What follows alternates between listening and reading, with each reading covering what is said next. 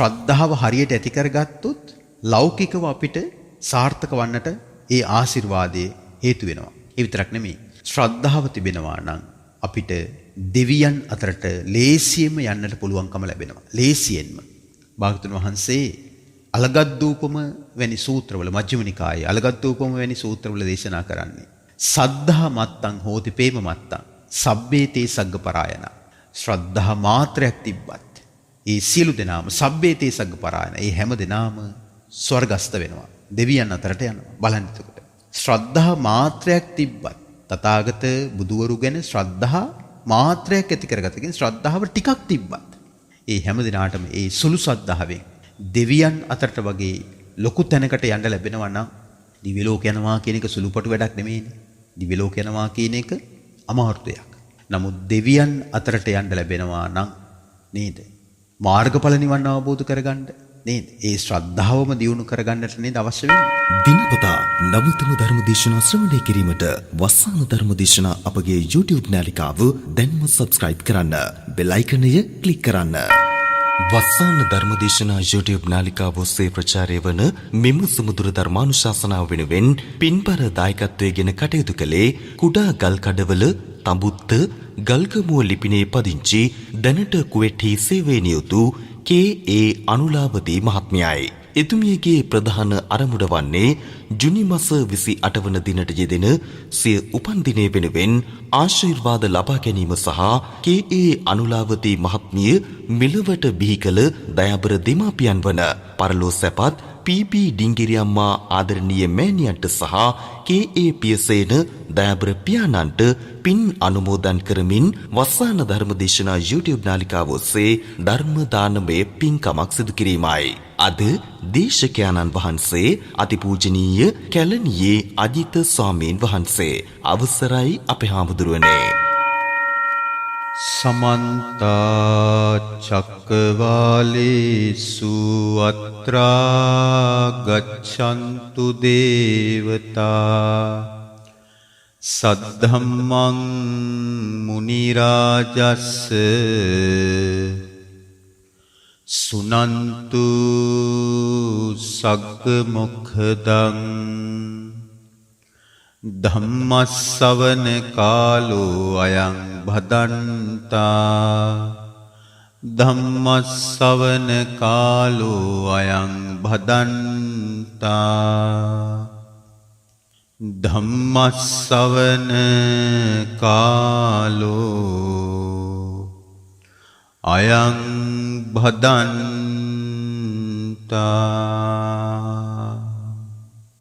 නමෝ තස්ස භගවතෝ අරහතෝ සම්මා සම්බුද්දස්ස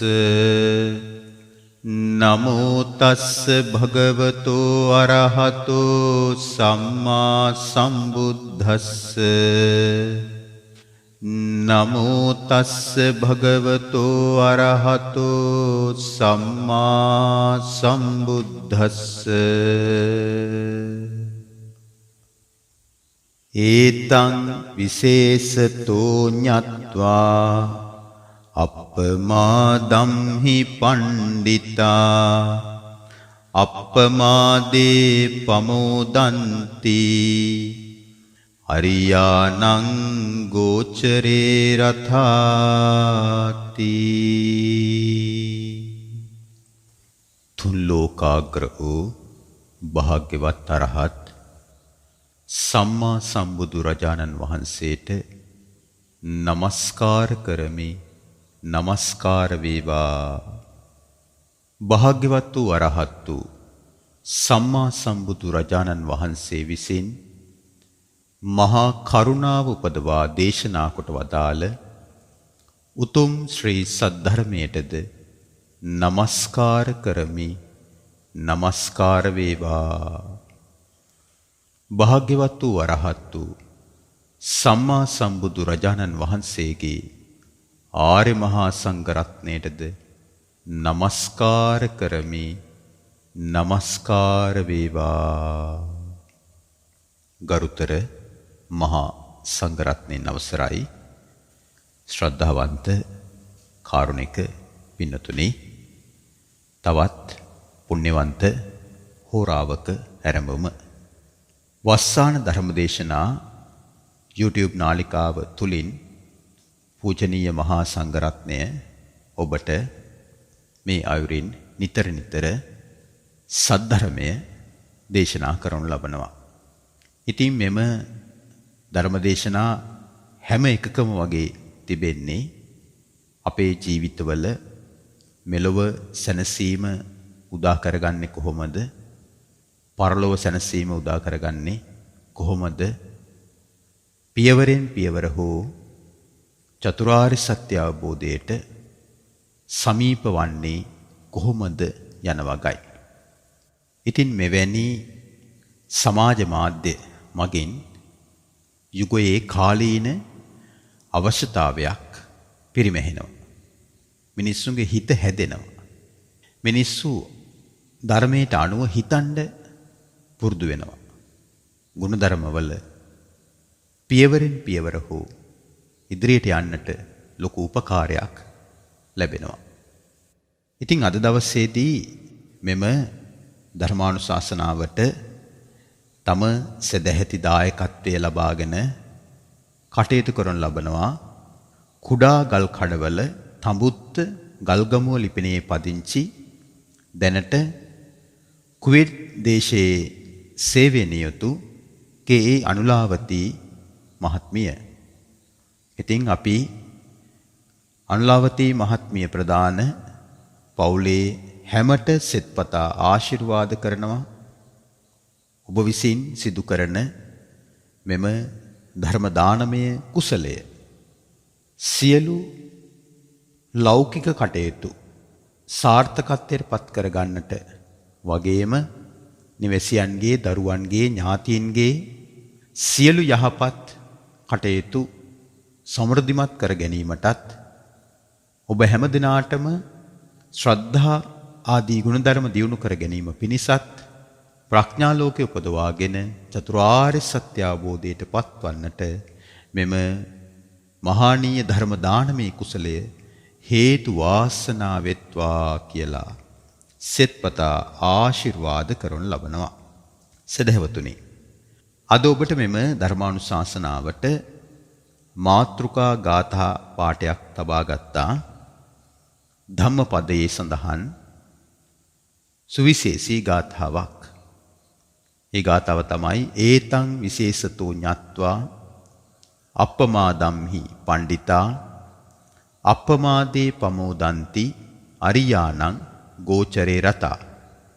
ජීවිතාපෝදයේ පිණිස කැපවෙන පුද්ගලයාට මෙලොව පරලොව දෙලොව ජීවිත වාසනාවන්ත කරගන්නට පුළුවන්. කොයි කෙනාටද? කැපවීම ඇති කෙනාට. කැපවීම තමයි අප්‍රමාදී වීම කියලා කියන්නේ. එතකොට මේ පුද්ගලයාට මේ ජීවිතේ සාර්ථකත්වයේ පිණිස කැප වෙනවා විතරක් නෙමෙයි, තම චිත්තසංතානයේ මෙලොව වශයෙන් වේවා සාංශාරික වශයෙන් වේවා පවත්වන සියලු ක්ලේශයන්ගෙන් දුරු වීමට, සියලු ලෝභ, ද්වේෂ, මෝහ ආදී කෙලෙස් මූලයන්ගෙන් අත්මිදීමට මෙම කැපවීම අප්‍රමාදී වීම හේතු වෙනවා. ඉතින් මේ ලෞකික ලෝකෝත්තර කියන මේ අංග දෙකම, මේ කාරණා දෙකම අපි මනවින් තේරුම් අරගෙන ඉන්නට ඕනේ. ලෞකික සාර්ථකත්වය අත්‍යවශ්‍ය කාරණයක්. නමුත් ලෞකික සාර්ථකත්වයෙන් අපි සාමාන්‍යයෙන් වෙන්නේ තෘප්තිමත් වෙලා. ලෞකික සාර්ථකත්වයෙන් අපි අපේ ජීවිත සුඛිත මුදිත කරගන්නවා. ඉන් එහාට අපි දියුණුවක් කරා යන්නට කල්පනා කරන්නේ නැහැ. දැන් මම වාසනාවන්ත අම්මා කෙනෙක්, වාසනාවන්ත තාත්තා කෙනෙක්, වාසනාවන්ත දරුවෝ, වාසනාවන්ත කියලා අපි අර ලෞකිකත්වයේ පිළිබඳවම වාසනාව කියන වචනේ දාලා අපි අපේ මේ දියුණුවෙන් මත් වෙනවා. නමුත් මෙලොව වගේම පරලොවක් තිබෙනවාය. මනුලොව වගේම අපායක් තිබෙනවාය. දෙව්ලොවක් තිබෙනවාය කියන එක බොහෝ විට හිතන්නේ නැහැ. මෙලොව ගැනම හිතන්නට අපේ චින්තනය පටු වෙලා තිබෙනවා. නමුත් භාගතුන් වහන්සේ දේශනා කරන්නේ මනවින් යම් කෙනෙක් නුවණින් විමසමින් කටයුතු කළොත් ඒ නුවණින් විමසා කටයුතු කරන පුද්ගලයන්ට මෙලොව සාර්ථකත්වයේ මෙන්ම පරලොව සුගතිය පිණිසත් එමෙන්ම චතුරාර්ය සත්‍ය අවබෝධය පිණිසත් මෙම කැපවීම හේතු වෙනවා. ඉතින් මෙම ගාථාව සඳහන් වන්නේ ඉතිහාස පුවතක්ද රැගෙන එමින්. මෙම ගාථාව හා සුසැඳි තවත් ගාථා රත්න දෙකක් තිබෙනවා. එකකින් ප්‍රධානම ගාථාව අපි දන්නවා. අපමාද වර්ගයේ සඳහන් පළමු ගාථා රත්නය අපමාදෝ අමත පදං පමාදෝ මච්චුනෝ පදං අපමත්තා නමී යන්ති යේ පමත්තා යතහමතා. අනිත් ගාථාව තමයි තේ ජායිනෝ සාතතිකා නිච්ඡං දල්හ පරක්කමා ෆුසන්ති ධීරා නිබ්බානං යෝගක්ඛේමං අනුත්තරං. ඉතින් මේ ගාථා තුනම කලින් සඳහන් කළ ගාථාවත් දැන් සඳහන් කරපු ගාථා රත්න දෙකේ තේරුමත් මෙම ඓතිහාසික කතාවෙන් පසු ගෙනීමට මම බලාපොරොත්තු වෙනවා. මේක සත්‍ය පුවතක් බුදුරජාණන් වහන්සේ වැඩ හිටපු කාලේ වෙච්ච සිද්ධියක්. භාග්‍යවත් අරහත් සම්මා සම්බුදු රජාණන් වහන්සේලා මහා කාරුණිකයි. උන්වහන්සේලාට තියෙන සුවිශේෂී සමාපත්තියක්. ඒ සමාපත්තිය හඳුන්වන්නේ මහා කරුණා සමාපත්තිය කියලයි. අපගේ ශාස්ත්‍රුන් වහන්සේ හිමිදිරි උදෑසන සම්බුදු වරුන්ගේ සිරිතක් වන මහා කරුණා සමාපත්තියට සමවැදුණා.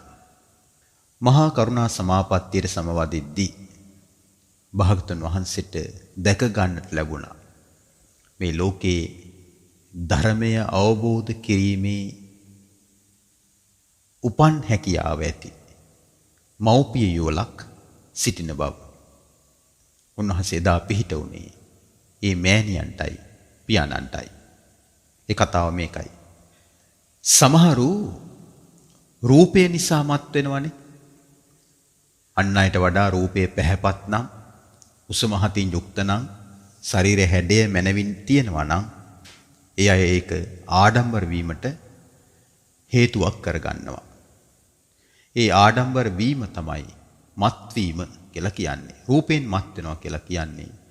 රූපේ නිසා හිතට ගන්නවා අහංකාර වෙනවා. අන් අය කැතයි මම වගේ ලස්සන නෑ මම තමයි ලස්සන කියලා තමන්ට තමන් ගැනම එහෙම අර ලොකු හැඟීමක් ඇති වෙනවා. ඒ වගේම තවත් සමහරු මිල මුදල් නිසා මත් වෙනවා. එතකොට සාපේක්ෂව බලනවා අසවල් අයට අසවල් දේවල් නැහැ. හැබැයි මට මේ දේවල් තිබෙනවා. අසවල් අයට ඉඩම් නැහැ. මට ඉඩම් තිබෙනවා.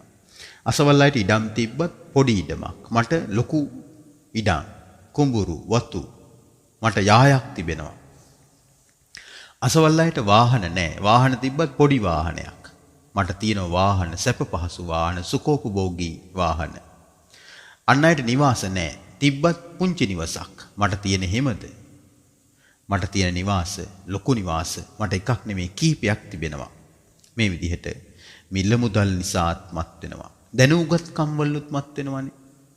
අසවල් අය ඉගෙනගෙන නැහැ. මම ඒකට හොඳට ඉගෙනගෙන තියෙනවා. අසවල් අය ඉගෙන ගත්තත් කැම්පස් ගිහිල්ලා නැහැ. මම කැම්පස් ගිහිල්ලා තියෙනවා. අසවල් අය අධ්‍යාපනය මෙරට විතරයි. මම නම් විදේශ රටවල පවා ඉගෙනගෙන උපාධි පවා ලබාගෙන තිබෙනවා කියලා අර තමන් සතු හැකියාවන්ගෙන්, දක්ෂතාවන්ගෙන්, ලෞකික කරුණු වලින් මත් වෙනවා. මත් වෙනකොට මොකද වෙන්නේ? තමන්ට තමන් කවුද කියන එක ප්‍රඥාවෙන් විනිවිද දකින්නට තියෙන අවස්ථාව නැති වෙනවා. ඇයි අර පුංචි කාරණයෙන් ඔහුව වසා ගන්නා නිසා. ඉතින් මේ විදිහට ඇතැම් අය තමන්ට තියෙන දීපල වස්තුව, හැකියාවන්, තනතුරු, නම්බුනාම, මිලමුදල් හේතුවෙන් අහංකාර වෙනවා, ආඩම්බර වෙනවා. සිහිනුවන නැති කර ගන්නවා. ඒකම ඔහුට හෝ ඇයට විනාශ මුඛයක් බවට පත් වෙනවා. නමුත් නුවණ තියෙන කෙනා කොයිතරම් රූපය ලස්සන වුණත් මිල මුදල් දේපල වස්තුව තිබුණත් දැන උගත්කම් තිබුණත් වෙන සුවිශේෂී දක්ෂතා තිබුණත් ඒක Tamanගේ යහපතටම යොදවා ගන්නවා. ඒකෙන් කාවත් රිදවන්නේ යටපත් කරන්නේ. ඒක භාවිතා කරලා Tamanගේ යහපත ඇති කර ගන්නවා. අන් අයගේ යහපත පිණිසත් ඒක යොදවනවා. ඉතින් මේ කතාවේ කියවෙන්නේ යහපත උදා කරගත්ත මෞපිය යුවලක් සහ ඒ යහපත සමීපයටම ඇවිල්ලා ඒ යහපතට පිටුපාපු එක්තරා දියණියක් එක්තරා කාන්තාවක් පිළිබඳවයි.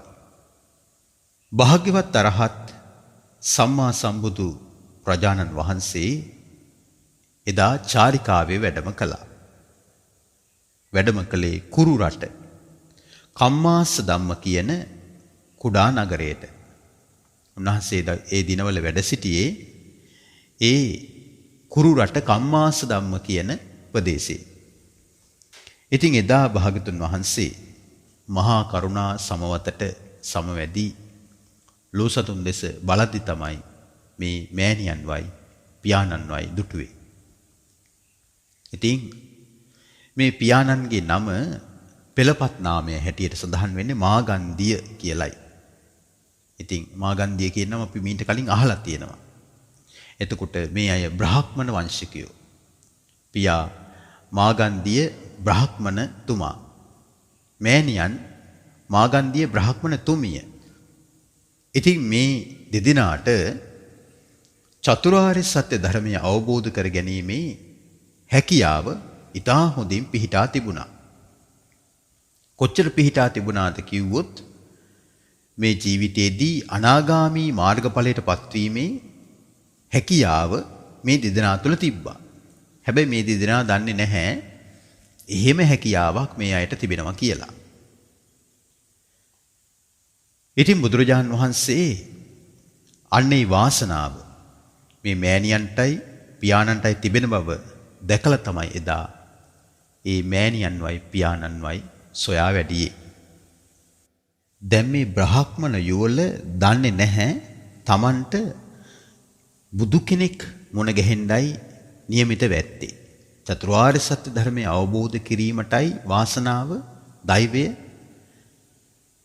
සකස් වෙලා තිබෙන්නේ. මේ අය කිසිවක් දැන හිටියේ නැහැ. දැන් අපේ ජීවිතවල පවා පින්නතුනි අපිට බුදු කෙනෙක් මුණ ගැසුණා නම් මේ වන විට අපි බොහෝ දෙනෙක් මාර්ගඵල නිවන් අවබෝධ කරගෙන. නමුත් අපිට සසරේ බුදුවරු මුණ නොගැසුණා කියලා කියන්නට බෑ. අපිට සසරේ බුදුවරු මුණ ගැසෙන්නට ඇති. නමුත් ඒ මුණ ගැහිච්ච කාලෙකත් අපි පරිබාහිර කටයුතු වලටම යට වෙලා අපිට වෙලාවක් නැහැ. අපි කාර්ය බහුලයි. අපි කොහොමද දැම්මම මේ ධර්මයේ වෙනුවෙන් කැප වෙලා අපිට වැඩ තියෙනවනේ කියලා අපේ ධර්මය අවබෝධ කිරීමේ ජීවිත අපි කීයක් වනසාගෙන නැද්ද? ඒක නිසා අපිට තවත් මේ එක්තරා අවස්ථාවක් විතරයි උදා වුණේ බුදු කෙනෙක් ජීවමානව මුණ නොගැසුණත් බුදු කෙනෙකුගේ ශ්‍රී සද්ධර්මය අපිට ජීවමානව මුණ ගැසෙලා තිබෙනවා. කොටින්ම ඔබ හිතන්න නැතුව ඇති ජංගම දුරකථනයේ ආධාරයෙන් හෝ පරිගණකයේ ආධාරයෙන් හෝ ඔබට මේ වගේ ධර්මයක් අහන්නට ලැබෙයි කියලා ඔබ හිතන්න නැතුව ඇතිනේ. ඔබ මොකද ජංගම දුරකථනයේ අතර ගත්තේ බණ අහනවා කියන අදහසින් නෙමෙයිනේ. දුරකථන ඇමතුම් ගන්න, යාළුවන් එක්ක කතා කරන්න, විවිධ ඔබේ කටයුතු පහසු කරගන්න. ඔබ පරිගණකයක් ඇසුරු කළෙත් මම මේ පරිගණකයෙන් බණ අහනවා කියන අදහසින් නෙමෙයිනේ. ඔබේ අධ්‍යාපනික කටයුතු, ව්‍යාපාරික කටයුතු, වෙනම ජීවිතයේ කටයුතු සාර්ථක කරගන්නනේ. නමුත් අද ඔබ දුරකථනයේ ආධාරයෙන් වේවා, පරිගණකයේ ආධාරයෙන් වේවා ශ්‍රී සද්ධර්මයේ අසන්තන්ටත්පත් වෙලා. මේක ඔබේ යම්කිසි වාසනා ගුණයක්, වාසනා මහිමයක් වෙන්න පුළුවන්. ඒක නිසා ඔබ මේ භාවිතා කරන ඉලෙක්ට්‍රොනික උපාංග හේතුවෙන් හරි දිනෙන් දින ඔබ බුදුරජාණන් වහන්සේගේ ධර්මයට සමීප වෙනවා නම් ඔබට මේ ඉලෙක්ට්‍රොනික උපාංග භාවිතයෙන් සිද්ධ වෙන්නේ නපුරක්, අවඩක්, අයහපතක් නෙමෙයි. යහපතක් ලාභයක් සැනසීමක්මයි කියන එක ඔබ ඉතා හොඳින් තේරුම් ගන්න. හැබැයි මෙම ඉලෙක්ට්‍රොනික උපාංග භාවිතා කිරීම හරි පරිස්සමෙන් කළ යුතු දෙයක්. මොහොතකට අපිව යහමඟට අරගෙන ගියත් අවස්ථා විශාල ප්‍රමාණයක් මේ ඉලෙක්ට්‍රොනික උපාංග හේතු වෙන්නේ අපිව නොමකට ඇද දැමීම පිණිසමයි කියන එක නම් අමතක කරන්න මෙපා. ඉතින් භාගතුන් වහන්සේ දැන් අර මව්පියන්ට පිහිටවීමට වැඩම කළා. වැඩම කරලා මේ අය බ්‍රාහ්මණ වංශිකයන් නිසා ගිනි දෙවියන්ට පුද පූජා පවත්වනවා. ඉතින් මේ අය ගිනි දෙවියන්ට පුද පූජා පවත්වන තැනක දේවාලය ළඟ සමීපයේ ඇති රුක් සෙවණක භාගතුන් වහන්සේ පළඟ බැඳගෙන භාවනා ඉරියව්වෙන් වාඩි වුණා. භාවනා ඉරියව්වෙන් වාඩි වෙලා භාගතුන් වහන්සේ දැන් භාවනා කරනවා. දැන් බ්‍රාහ්මණතුමා සුපුරුදු පරිදි දෙවියන්ට පූජා පැවැත්වීම පිණිස දේවාලය ළඟට පැමිණියා. දේවාලය ළඟට පැමිණෙනකොට වෙනදා නොදුටු අමුත්තක් දැක ගන්නට ලැබුණා. කුමක්ද අමුත්ත? දේවාලය ළඟ ඉන්නවා බොහෝම කඩවසම් උස මහතින් හෙබි රන්වන් පාට සමක් ඇති අවිරූපී තරුණයෙක්. බැලුවා තරුණයෙක්. එතකොට ඒ වන විට ඒ බ්‍රාහ්මණතුමයි බ්‍රාහ්මණතුමියයි තමන්ගේ එකම දියණිය වන මාගන්දියා දියණියට විවාහයට සුදුසු තරුණයෙක් සොයමින් කල්ගත කරපු සමය. මොකද මාගන්දියා විවාහය පිණිස කැමති වුණත් එතුමියට විවාහයට සුදුසු කෙනෙක් මුණ ගැසුනේ නැහැ. විවාහයට සුදුසු පුද්ගලයා මුණ ගැහිච්ච නැති නිසා මේ මාගන්දියා තරුණිය මාගන්දියා දියණිය හරි හිත් කනගාටුවෙන් තමයි හිටියේ. ඉතින් මව්පියන් කිව්වා කොහෙද? අසවල් පළාතෙන් කුමාරයෙක් ආවා. අසවල් පළාතෙන් සිටුවරයෙක් ආවා. අසවල් පළාතෙන් ප්‍රසිද්ධ ගෘහපතියෙක් ආවා. ඔබ ඒකකටවත් කැමති වුණේ නැහැනේ. ඒ හැම අවස්ථාවෙම මාගන්දියා තරුණිය පැවසුවේ එයාගේ රූපය මගේ රූපයත් එක්ක සංසන්දනය කරනකොට එයා කැතයි මම ලස්සනයි. එහෙනම් මොකද්ද මෙතන තිබෙන්නේ? රූප මදය. රූපයෙන් මත්වීම. අපි ඒක අර මුලින්ම කතා කළා.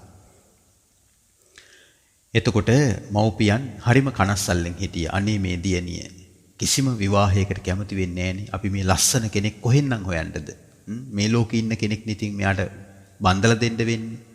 අපි දිව්‍ය ලෝකෙන් දෙවියෙක් ගේන්නේ දිව්‍ය රූපයක් තිබෙන කියලා කල්පනා කර කර ඉන්නකොට තමයි බුදුරජාන් වහන්සේගේ මේ අසිරිමත් රූපකාය මේ බ්‍රාහ්මණතුමාට දැක ගන්නට ලැබුණේ. බ්‍රාහ්මණතුමා හොඳට ඇස් ලොකු කරලා බැලුවා. ඉන්නව අපේ දුවට ගැළපෙනම කෙනා, ලස්සන කෙනා, කඩවසම් කෙනා. ගෙදර දිව්වා. දැන් දේවාලයට ගෙනාව පූජාවත් අමතක වුණා. ඊට පස්සේ ඒ මාගන්දිය බ්‍රාහ්මණතුමා ගෙදර දුවලා ගිහිල්ලා තම හාමිනේට කියනවා හාමිනේ අපේ දෝනිට ගැළපෙනම රූප සම්පත් ඇති කෙනෙක් මට හම්බ වුණා. කොහෙද කියලා ඇහුවා. ආන් අපේ දේවාල ළඟ රුක් සෙවණේ වාඩි වෙලා ඉන්නවා කියලා කිව්වා. දුවව ලෑස්ති කරගන්න කිව්වා. දුව ඒකට කාමරයට වෙලා ඉන්නවා. දුවේ නුඹට ගැළපෙන සහකාරයා මොන ගැහුණා. අනේ නිකන් ඉන්න. මොන මගුලක්වත් මට ඕනේ නැහැ. දැන් කලකිරිලා. මංගල්‍ය ගැනම කතා කරලා කලකිරිලා හිටියේ. නෑ ඔබ හිතන කෙනා නෙමෙයි කිව්වා. ඔබේ හිත ගණී කිව්වා. ඔබ දැක්ක ගමන් කැමති වෙයි කිව්වා මේ පුද්ගලයාට. අනිත් ඒවට ඔහොමනේ කිව්වේ ඉතින්. නෑ මේ අපේ වචනේ අහලා මොහොතකට එන්නකෝ කියලා ලෑස්ති කරවගෙන ඔන්න එක් කරගෙන ගියා දේවාලය ළඟට. දේවාලය ළඟට යනකොට භාගතුන් වහන්සේ රුක් සෙවණේ නැහැ. ඊට පස්සේ බැලුවා කෝ මෙතන හිටපු පුද්ගලයා. කෝ භාවනා කරපු තාපසයා. දැක ගන්න නැහැ. ඊට පස්සේ දැක්කා එතන තිබ්බ සුදු වැලිතලාවේ සම්බුදු සිරිපතුල් වල සලකුණු. ඒ බ්‍රාහ්මණ තුමිය නිමිති ශාස්ත්‍රය ගැන දන්නවා. ලක්ෂණ ශාස්ත්‍රය ගැන දන්නවා. බ්‍රාහ්මණ තුමිය සිරිපතුල් සටහනක් දෙස බලලා කියනවා මේ සිරිපතුල් මේ සටහන් වලට නම් මේ පා සටහන් වලට අනුව නම් මේ කෙනා කාමයන්ට හසු වෙයි කියලා නම් කියන්න බෑ. මේ කෙනා උසස් චිත්ත දියුණුවක් ලබලා තියෙන කෙනෙක් පාටයි. ඒක නිසා මේ කෙනා නම් අපේ මංගල්‍යයට අපේ යෝජනාවට කැමති වෙන්නේ නැහැ. එතකොට බ්‍රාහ්මණතුමා කිව්වා කට හාමිනේ මේ වගේ හොඳ අවස්ථාවක් උදා වෙලත් මෙතනත් මූසල කතා කියන්න පටන් ගත්තනේ කියලා අර සාමාන්‍ය අපේ සමාජයේ කතා වෙන ඒ දෙබසම මෙතන ඇති වුණා.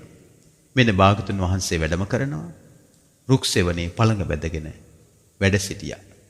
ඊට පස්සේ බ්‍රාහ්මණතුමියයි වැඳගෙන කියනවා ශ්‍රමණයන් වහන්සේ ඔබ වහන්සේ ශ්‍රමණයෙක් බව අපි දන්නවා. නමුත් ශ්‍රමණ ජීවිතයේ දුෂ්කරයිනේ. මේ ඉන්නේ අපේ දුව. අපිට ඉන්නේ මේ එකම දුව. මේ දුව ලස්සන කෙනෙක් හොය ඉන්නවා විවාහයට. මෙතෙක් කල් අපිට ලස්සන කෙනෙක් මුණ ගැසුනේ නැහැ. නමුත් ඒ ලස්සන කෙනා අපිට අද මුණ ගැසුණා. අපේ දැස් ඉදිරියේ ඉන්නවා. ඒ තමයි ඔබ. අපි කැමති මේ අභිරූපී අපේ දියණියව ඔබට සරණ පාවා දෙන්න. බලන්න බුදුරජාණන් වහන්සේටත් ආපු මංගල යෝජනානේ. බුදුරජාණන් වහන්සේ මාගන්දියා ඉන්න පැත්තවත් බැලුවේ නැහැ. භාගතුන් වහන්සේ පවසනවා පින්වතුනි නුඹලා මේ ජීවිත ගැන මොනවද දන්නේ? නුඹලා මේ ශරීර ගැන මොනවද දන්නේ? මට නම් හිතෙන්නේ මේ ශරීර වැස්ස කාලෙට උතුරන ගවර වලක් වගේ, අසූචි වලක් වගේ. ඒ වගේම මේ ශරීර වලින් උතුරන්නේ අපවිත්‍ර දේවල්මයි. ඇස් දෙකෙන් අපවිත්‍ර දේවල් උතුරනවා. කන් වලින් අපවිත්‍ර දේවල් උතුරනවා. නාසයෙන් අපවිත්‍ර දේවල් උතුරනවා. මුඛයෙන් අපවිත්‍ර දේවල් උතුරනවා. මල මුත්‍ර මාර්ග වලින් අපවිත්‍ර දේවල් උතුරනවා. රෝම කූපයක් පාසා අපවිත්‍ර දේවල්ම උතුරනවා. ඇස් වලින් කබ ගලනවා. කන් වලිනුත් අපරිසුදු දේවල් වැగిරෙනවා. නාසයෙන් සොටු ගලනවා. මුඛයෙන් කෙල සෙම ගලනවා. මල මාර්ග වලින් අසුචි වැగిරෙනවා. මුත්‍රා මාර්ගයෙන් මුත්‍රා වැగిරෙනවා. රෝම කූපයක් ගානේ දහඩිය විවිධ තෙල් කුණු ආදිය වැగిරෙනවා. ඉතින් එහෙම ශරීරයක් පරිහරණය කරන කෙනෙක් මේ ශරීරය අවබෝධ නොකොට මේ ශරීර ගැන සරාගිකව හිතන එක හොඳයිද? මේ ශරීරවලට ලෝභය ඇති කරගන්න එක හොඳයිද? මෙවැනි ශරීරයක් පතන එක හොඳයිද? මෙන්න භාගතුන් වහන්සේ ශරීරය ගැන කායානුපස්සනාව ගැන කෙටි හැඳින්වීමක් කෙටි විස්තරයක් කළා. අම්මටයි තාත්තටයි පින තියෙනවනේ. අම්මයි තාත්තයි භාගතුන් වහන්සේ පවසපු කාරණය නුවණින් විමසුවා. ඒ මව්පියන්ට මේ කාරණා වැටහීමත් සමගම මේ මව්පියන්ට ධර්මය අවබෝධ වුණා. කොහොමද පින? එනම් බුදු කෙනෙක් තව කෙනෙක් හොයාගෙන යන්නෙම විශේෂයෙන් මහා කරුණා සමාපත්තියට වගේ සමාපත්තික සමවැදිලා කෙනෙක් හොයාගෙන යන්නෙම ඒ අයට ධර්මය අවබෝධ කිරීමේ වාසනාව තියෙනවා නම් විතරයි. ඒ වාසනාව ඒ මාගන්දිය බ්‍රාහ්මණතුමාටයි බ්‍රාහ්මණතුමියටයි උදා වුණා. දැන් මේ අය බ්‍රාහ්මණ වංශිකයෝ. නමුත් බුද්ධ ශ්‍රාවකයෝ බවට පත් වුණා. මාර්ගඵල නිවන් පසක් කරගත්තා. දැකද වාසනාව. ඒ කියන්නේ මේ පින තියෙන කෙනාට ඇන කියන්න ඕනේ. පින තියෙන කෙනාට ගොඩක් කියන්න ඕනේ. පින තියෙන කෙනාට අමුතුවෙන් කරුණු කාරණා මේ විශේෂ කර කියන්න ඕනේ. කියන පුංචි දීපවා වහා ඊටා ඉක්මනින් ඊටා හොඳින් තේරුම් ගන්නවා. ඒක තමයි ප්‍රඥාව කියලා කියන්නේ. ඒ ප්‍රඥාව කියන එක මේ හොඳම වර්ගයේ හාල් වල බත් කෑවා කියලා වසවිස නැති එළවලු පළතුරු අනුභව කරා කියලා විටමින් වර්ග ගත්තා කියලා වෙනයම් විශේෂ මේ බෙහෙත් ඖෂධ වර්ග භාවිතා කරා කියලා ප්‍රඥාව මතුවෙන්නේ නැහැ. ප්‍රඥාව ලැබෙන්න නම් සාංශාරික පින තියෙන්නත් ඕනේ. සාංශාරික පින කියන එක අපිට සසරේ තිබ්බද නැද්ද කියන එක අපි දන්නේ නැහැනේ. මිනිස්සෙක් වෙන්න පින තිබ්බට ධර්මය අවබෝධ කිරීමේ පිනක් තියෙනවද නැද්ද කියන එක අපි දැනගෙන හිටියේ නැහැනේ. නමුත් අපිට මේ ජීවිතේ පවා මේ කියලා දෙන ධර්මයේ නුවණින් විමසා තේරුම් ගන්නට පුළුවන් නම් හැබැයිම නේනම් මේ ධර්මයේ කතා කරන අපේ ජීවිතය ගැනනේ. මේ ධර්මයේ තුල කතා කරන්නේ දන් දෙන එක හොඳයි, සිල් රකින්න එක හොඳයි, භාවනා කරන එක හොඳයි. මේ ධර්මයේ තුල කතා කරනවා සීලය ප්‍රගුණ කරන්න, සමාධිය ප්‍රගුණ කරන්න, ප්‍රඥා ප්‍රගුණ කරගන්න. මේ කාරණා මෙහෙම හිතන්න. මේවා කළ යුතුයි, මේවා නොකළ යුතුයි, මේවා දියුණු කළ යුතුයි, මේවා ප්‍රහාණය කළ යුතුයි කියලා මේ ධර්මයේ අධර්මය වෙන්කොට අඳුනා ගන්න පුළුවන් නම් කුසල් දියුණු කරන්නටත් අකුසල් දුරු කරන්නටත් අපිට මේ ධර්මයේ තුලින් අදාළ පණිවිඩය ලබා ගන්න පුළුවන් නම් මේ ජීවිතේ පවා මාර්ගඵල නිවන් අවබෝධ කරගන්නට හැකියාව තිබෙනවා. ඉතින් මේ බ්‍රාහ්මණතුමයි බ්‍රාහ්මණතුමියයි ධර්මය අවබෝධ කිරීමේ වාසනාව ලැබුවට තමන්ගේ එකම දියණියට නම් ඒ වාසනාව තිබෙන්නේ නැහැ. මේ අය බොහෝම ධනවත් ඇති හැකි පරම්පරාවක්. මාගන්ධිය පරම්පරාව කියලා කියන්නේ. එතකොට මේ දියණිය භාගතුන් වහන්සේ සමග හොඳටම උරණ වුණා. අම්මර තාත්තට රැව්වා. රවලා දිව්වා. දැන් ගෙදර දිව්වා. ගෙදර දුවලා දැන් දත් කූරු කනවා. හොඳටම අඬන්න පටන් ගත්තා. මම කැතයිලු. මෙච්චර ලස්සන මම සිටුවරු ආවා මාව අරගෙන යන්න. ගෘහපතිවරු ආවා. ප්‍රසිද්ධ ව්‍යාපාරිකයෝ ආවා. මං ඒ කෙනෙකුටවත් කැමති වුණේ නැහැ. මං ඒ හැම කෙනාටම වඩා ලස්සන නිසා. නමුත් මේ ශ්‍රමණීයෙක් ඇවිල්ලා කියනවා මම කැතයිලු. මේක අසූචි වලක්ලු. වැස්ස කාලට උතුරනවලු. නමුත් මෙච්චර ලස්සන, මෙච්චර සුවඳ කරන, මෙච්චර සලු අන්දන මේ ශරීරයේ එහෙම එකක්ද කියලා ධර්ම කාරණේ කන පිටට ගත්තා. භාගතුන් වහන්සේ සමග වෛර බැඳගත්තා. භාගතුන් වහන්සේ සමග විතරක් නෙමෙයි යමෙක් භාගතුන් වහන්සේව සරණ ගියාද, ශ්‍රී සද්ධර්මයේ සරණ ගියාද, ආර්ය මහා සංඝ රත්නයේ සරණ ගියාද, ඒ අයටත් මේ මාගන්ධියා තරුණිය වෛර කළා, වෛර බැඳගත්තා. ඊට පස්සේ මේ මාගන්ධියාගේ වෛරය පිරිමහන්නට මාගන්ධියා කල්පනා කර ඉද්දී උදේනි කියන රජ්ජුරුවන්ගේ අග්‍ර වහිංසිකා වන්නට මෙතුමීට අවස්ථාව උදා වුණා. ඒ ලස්සන තැනැත්තියක්නේ. රජවරුත් ලස්සන අයනේ හොයන්නේ. ඒකනේ අන්තපුරේ කියලා කියන්නේ. අන්තපුරේ ඉන්නේ ලස්සන හැඩරුවින් යුක්ත විවිධ හැඩරුවින් යුක්ත තැනැත්තියන්.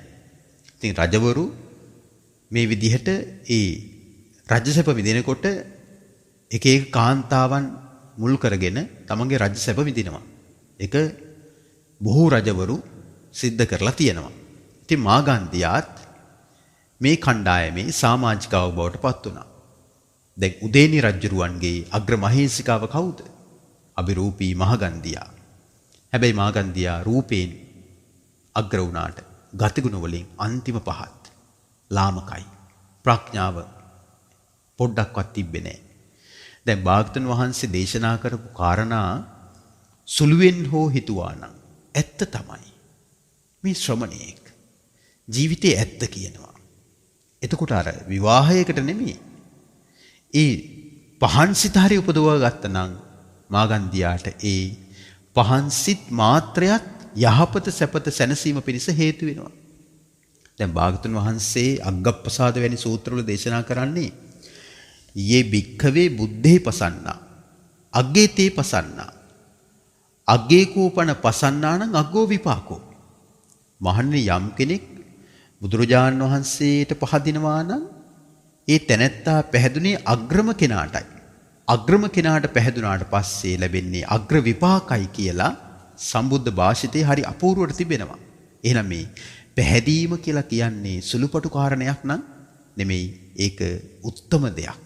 ශ්‍රද්ධාව හරියට ඇති කරගත්තොත් ලෞකිකව අපිට සාර්ථක වන්නට ඒ ආශිර්වාදයේ හේතු වෙනවා. ඒ විතරක් නෙමෙයි. ශ්‍රද්ධාව තිබෙනවා නම් අපිට දෙවියන් අතරට ලේසියෙන්ම යන්නට පුළුවන්කම ලැබෙනවා. ලේසියෙන්ම.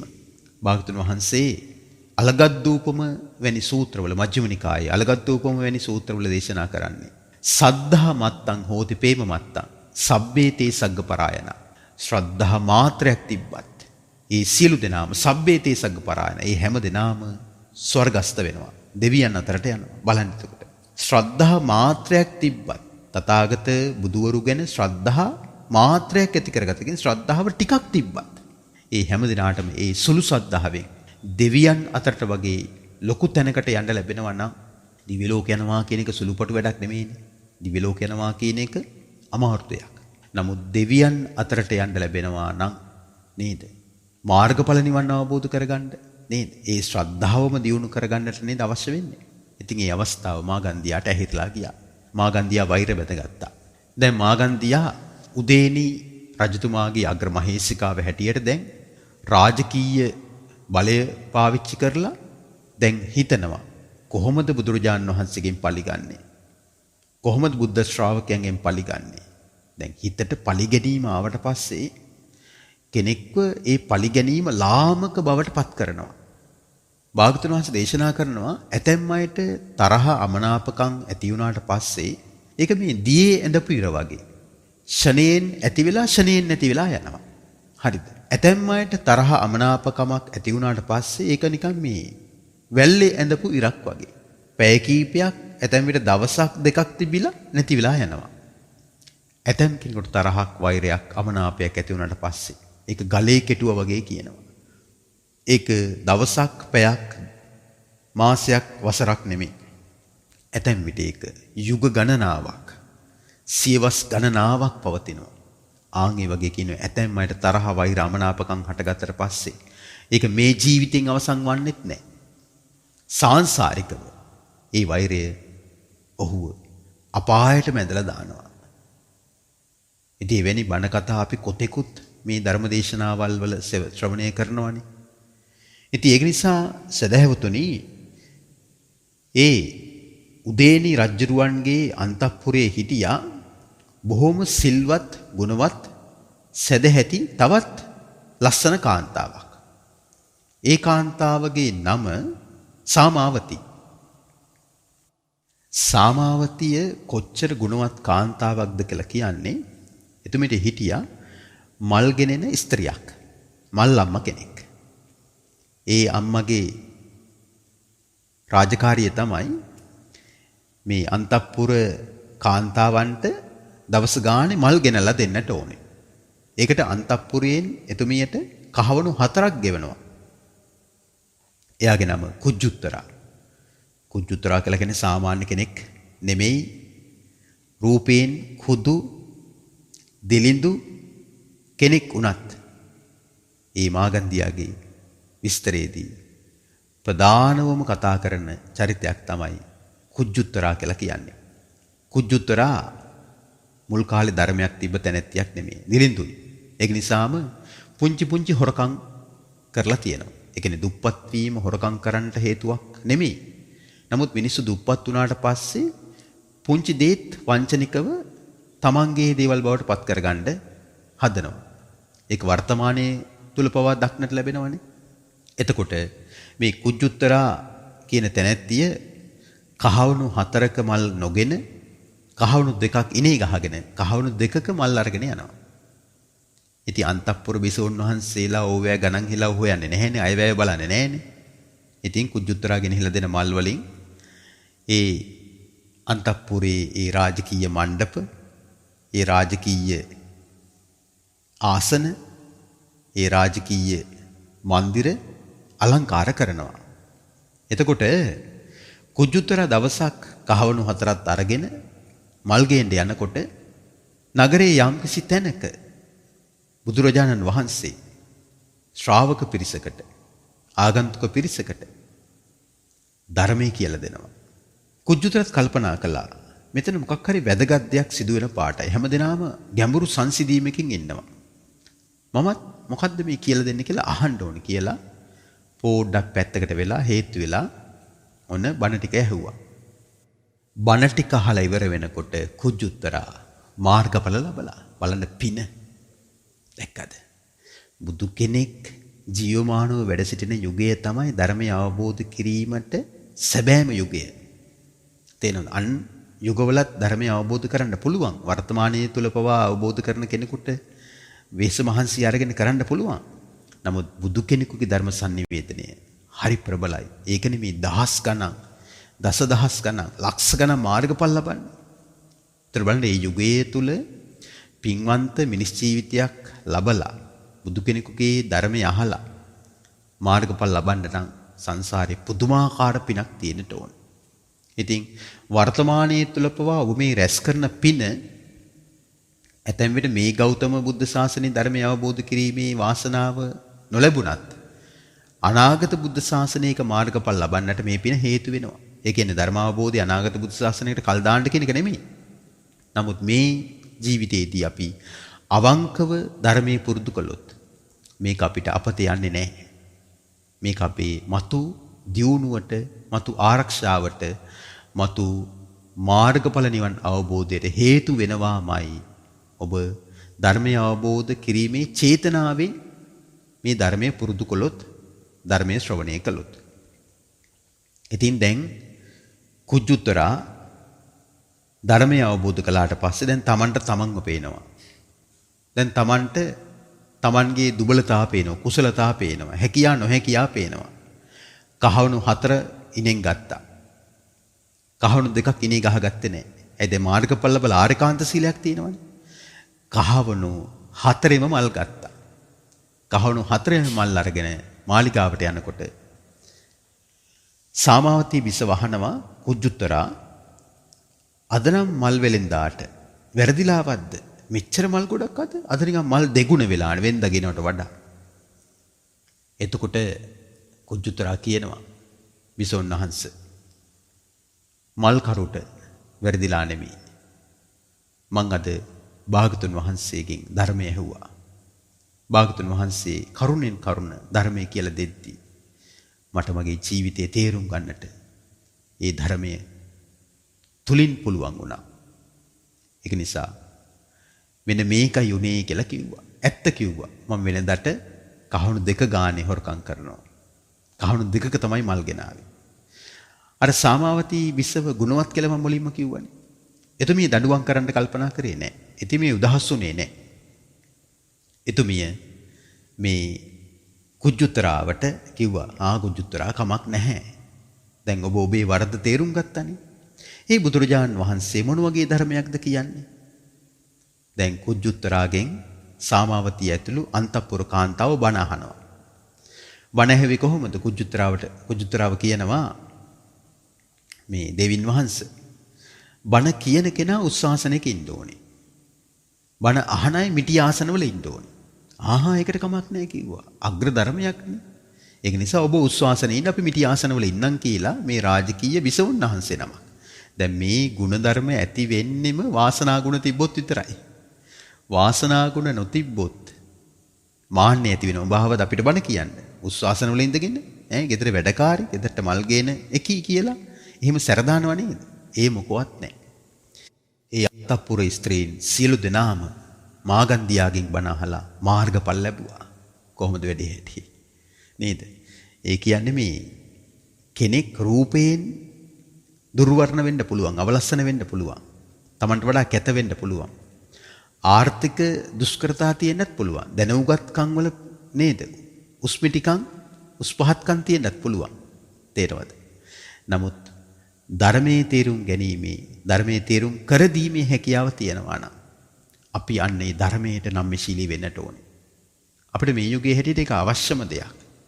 ඔබට වඩා කුඩා කෙනෙක් වුණත්, ඔබට වඩා දුර්වර්ණ කෙනෙක් වුණත්, ඔබට වඩා දිලිඳු කෙනෙක් වුණත්, ඔබට වඩා අඩු ආදායම්ලාභී කෙනෙක් වුණත් ඔබට ධර්මයේ කියලා දෙනවා නම් ඔබ සාදුකාර පවත්වා ඒ ධර්මයේ පිළිගන්න. ඒ ධර්මයේ ගැන හිත පහදවා ගන්න. ඒ ධර්මයේ තුලින් කතා කරන්නේ බුදුරජාන් වහන්සේ ගැන නම්, බුදුරජාන් වහන්සේ වදාළ ශ්‍රී සද්ධර්මයේ ගැන නම්, රහතන් වහන්සේලා ගැන නම්, සිල් රකින්න මෙහිමයි, සමාධිය වඩන්න මෙහිමයි, මාර්ගඵල ලබන්න මෙහිමයි, නිවනටපත් වෙන්න මෙහිමයි කියලා නම් කියලා දෙන්නේ. කවුරු කියලා දුන්නත් ඒ ධර්මයේ ගැන හිත පහදවා ගන්න. ඒක ඔබේ යහපත පිණිසයි පවතින්නේ. ඉතින් දැන් සාමාවතී බිසවැතුළු හැමදෙනාම නිතර නිතර බුදුරජාන් වහන්සේගේ ගුණ කතා කරනවා. ධර්ම විස්තර කතා කරනවා. රහතන් වහන්සේලා ගැන කතා කරනවා. හිත පහදවා ගැනීම කතා කරනවා. සුගතිය ගැන කතා කරනවා. මාර්ගඵල ගැන කතා කරනවා. අමා නිවන ගැන කතා කරනවා. දැන් මේ මාලිගාවේමනේ තවත් පසක අර දුෂ්ට මාගන්දියා කියන බිසව ඉන්නේ. දැන් මාගන්දියාට දැනගන්න ලැබුණා බුදුගුණ කතා කරනවලු. ධර්මයේ ගුණ කතා කරනවලු. රහතුන් ගැන කතා කරනවලු කියලා අහන්න ලැබුණට පස්සේ කිපුණා. කිපිලා මාගන්දියා මොකද කළේ? දිනක් සාමාවතිය ඇතුළු මේ කුමාරිකාවන් 500ක් එකට එක් වෙලා ඉන්නකොට ඒ රාජකීය අංගණයට ගිනි තිබ්බා. කුමන්ත්‍රණයක් කළා. තමන්ට හිතවත් අය සම්බන්ධ කරගෙන කුමන්ත්‍රණයක් කරලා සාමාවතිය ඇතුළු දැන් 500 දෙනෙක් ගිනි දැල් වලට මැදි වෙලා. මොකක් වෙන්නේ නැද්ද? ඔය මාගන්දියා කියන ගෑණිගෙන් අපි ಜಾතිත් පලි ගන්නවා. අපි මේක අරින්න හොඳ නැහැ. අපි මැරලා ගිහිල්ලා හරි එමු. බොටුව මිරිකන්න. එහෙම හිතුවද? කෙනෙක් ධර්මය අවබෝධ කරා නම්, ධර්ම අවබෝධයටපත් වුණා නම්, ප්‍රඥාව දියුණු කරගත්තා නම් වෛරය තරහ නෙමෙයි ඇති වෙන්නේ. තමන්ට තමන්වත් පේනවා, තමන්ට අන් අයවත් පේනවා. මාගන්දියාගේ මේ සිද්ධියට සාමාවතීගේ හිත කඩා වැටුන්නේ නැහැ. සාමාවතී ගිනිදැල් වලට මැදි වෙලා අන් කුමාරිකාවන් 500 දෙනාට කියනවා, නැගණිවරුනි, එක්කෙනෙක්වත් හිත නරක කරගන්න එපා. එක්කෙනෙක්වත් හිත දූෂණය කරගන්න එපා. සිහිය පිහිටව ගන්න. සංසාර දුක කියන්නේ මේකයි. සංසාරේ අපි මේ විදිහට ගිනිදැල් වලට මැදි වෙලා කොයිතරම් මිය පරලෝ යන්න ඇද්ද? නිරේ ගිනිදැල් වලට මැදි වෙලා කොයිතරම් කාලයක් ඉන්න ඇද්ද? තිරිසන් සත්තු වෙලා. අපි ඔය ගින්නෙන් පුච්ච මිනිස්සු කොච්චර අපිව මරලා ආහාර හැටියට අනුභව කරන්න ඇද්ද? ඒක නිසා මේ ගිනිදැල් ගැන කිසි කෙනෙක් හිත නරක කරගන්න එපා. කිසි කෙනෙක් හිත දූෂණය කරගන්න එපා. කිසි කෙනෙක් හිත කඩාවට්ට ගන්න එපා. මේක අපිට තව තවත් ධර්මයේ දියුණු කරගන්නට ලැබිච්ච අවස්ථාවක් හැටියට සලකන්න. ඔක්කොම බුදු ගුණ හිතන්න, ධර්මයේ ගුණ හිතන්න, රහතුන් ගැන හිතන්න. හැමදෙනාම හිතන්න සියලු සත්වයෝ සුවපත් වෙත්වා, සුවපත් වෙත්වා, සුවපත් වෙත්වා කියලා මෛත්‍රී සිතින්, බුදු ගුණ මනසිකාරයෙන්, දහම් ගුණ මනසිකාරයෙන්, රහතුන්ගේ ගුණ කල්පනා කරමින්, සංඝ ගුණ මනසිකාරයෙන් මේ අය කලුරිය කළා. ගින්නට මැදි වෙලා මිය පරලෝ ගියා. දැන් සමූල ඝාතනයක්. කවුද කළේ? මාගන්දියා තමයි මේකට මුල් වුනේ. මාගන්දියාට හිතවත් පිරිස සම්බන්ධ කරගත් අල්ලස් දීලා. මේ හැම දිනාම දෙවියන් අතර උපන්නා. ඇතැම් අය බ්‍රහ්ම ලෝකයේ උපන්නා. දැක්කද? හරියටම ධර්මයේ පණිවිඩය අපේ හිතට කාවැදුනා නම් අපේ සාංශාරික ජීවිතවල නිමාව සනිටුහන් කරන්නට ඒකම හේතු වෙනවා. දැන් බලන්න, බිම්බිසාර රජ්ජුරුවන්ට රාජකීය බලයේ තිබෙද්දි පවා අජාසත්තව නසන්නට බිම්බිසාර රජ්ජුරුවන්ට ලේසියෙන් පුළුවන්කම තිබ්බා. ඇයි ඒ? බිම්බිසාර රජ්ජුරුව කියන්නේ මහා මනුස්සකම් ඇති, පුදුමාකාර බෝසත් ගුණ ඇති රජ කෙනෙක්. ඉතින් සුළු කුමන්ත්‍රණයක් කළා පුතාව බලයෙන් පහ කරලා, එහෙම නැත්නම් පුතාව ඝාතනය කළා, පුතාව සිර බන්ධනයට ලක් කරන්නට බිම්බිසාර රජ්ජුරුවන්ට පුළුවන්කම තිබ්බා. නමුත් මාර්ගඵලලාභියෙක් නිසා ප්‍රශ්නේ එතනින්ම නැවැත්තුවා. සාංශාරික වෛරක්කාරයෙක් හදාගත්තේ නැහැ. මේක මගේ කර්මයක්. මේක මට විඳවන්න තියෙන එකක් කියලා. කර්මානුරූපී වැඩපිළිවෙල ගැන හිතුවා. පටිච්චසම්පාදය ගැන හිතුවා. බුද්ධානුස්සතිය ගැන හිතුවා. ඒ වෛරය එතනින්ම නිමාවටපත් උනානේ නේද? මම මැරලා ගිහිල්ලා එනවා කියලා හිතුවද? අද බිම්බිසාර රජුරෝ කොහෙද ඉන්නේ? අද බිම්බිසාර රජුරෝ ඉන්නේ චාතුම් මහරජක දෙවියන් අතර ප්‍රධානම සෙන්පති දෙවියෙක් වෙලා. මොකද්ද නම? ජනවසබ. ජනවසබ කියන දෙවියන් බවට පත් උනේ කවුද? එදා මගධාධිපති සේනිය බිම්බිසාර. නමුත් අජාසත්තට වෛර කළා නම්, පාලි ගන්නවා කියලා හිතුවනම්, මම මැරලා මලයකෙක් වෙලා හරි එනවා කියලා හිතුවනම් කවදාවත් දෙවියන් අතරට යයිද? දෙවියන් අතරට යන්නේ නැහැ. ආන් ඒකයි මේ මාර්ගඵල ලබන එකේ තියෙන වාසිය. මාර්ගඵල ලබන කෙනාගේ හිත කඩා වැටෙන්නේ. නොමග යන්නේ. ඉතින් මේ ගැන ආරංචි වුණා උදේනි රජුරවන්ට. උදේනි රජුර උදහස් වුණා. මාගන්දියා ගැන කිපුණා. ඊට පස්සේ මාගන්දියාට වද බන්ධන සිද්ධ කළා. මාගන්දියාට හොඳටම දඬුවම් කළා. ඒ අපරාධයට සම්බන්ධ වෙච්ච අයවත් බන්ධනයට ලක් කළා. බන්ධනාගාරගත කළා. පස්සේ කාලෙක මාගන්දියා කාලයාගේ වැෑමෙන් කලුරිය කරලා නිරේ උපන්නා. දැක්කද? බුදු කෙනෙක් දැක්කා. බුදුබණ ඇහුණා. අම්මා තාත්තා මාර්ගඵල ලැබුවා. තවත් මාර්ගඵලලාභිනියන් පිරිසක් සමග හිටියා. නමුත් තමන්ගේ ප්‍රඥාව තමන්ට උපදවා ගන්නට අවස්ථාව උදා වුණේ නැහැ. ඉතින් මෙන්න මේක තමයි අර රූපයෙන් මත්වීමේ හානිය. ඒක නිසා මේ රූපය කියන එක తాවකාලිකයි. මිල මුදල් දීපල වස්තුව කියන එක తాවකාලිකයි. නම්බුනාම తాවකාලිකයි. తాවකාලික දේවල් වලට මැදිහත් වෙලා తాවකාලික දේවල් ගැන ලොකුවට හිතලා නොමග යන අය කොච්චර ඉන්නවද නේද? ඒක නිසා අපි මෙන්න මෙවැනි සද්ධර්ම දේශනා ශ්‍රවණය කරලා ඒ ධර්මයේ ඇසීමේ ආනන්දය ලබනවා විතරක් නෙමෙයි. මේ පණිවිඩය අපේ හිත්වලටත් කාවක් දාගෙන සසර කියලා කියන්නේ මේ වගේ අමුතු අත්දැකීම් වලට මුහුණ දෙන්න වෙන දෙයක්. මේ ජීවිතයේ හොඳ ඔබම ඊළඟ ජීවිතයක දුෂ්ට වෙන්න පුළුවන්. සංසාරේ හැටි එහෙමයි. නිසා මේ ජීවිතේ මේ පවතින ಗುಣ බිඳෙන් බිඳ ටිකෙන් ටික හරි දියුණු කරගන්නට ඕනේ. බුදුරජාණන් වහන්සේ මේ බව අවබෝධ කරගෙන මෙන්න මේ ගාථා රත්න තුන දේශනා කොට වදාලා. මොනවද මේ ගාථා රත්න තුන?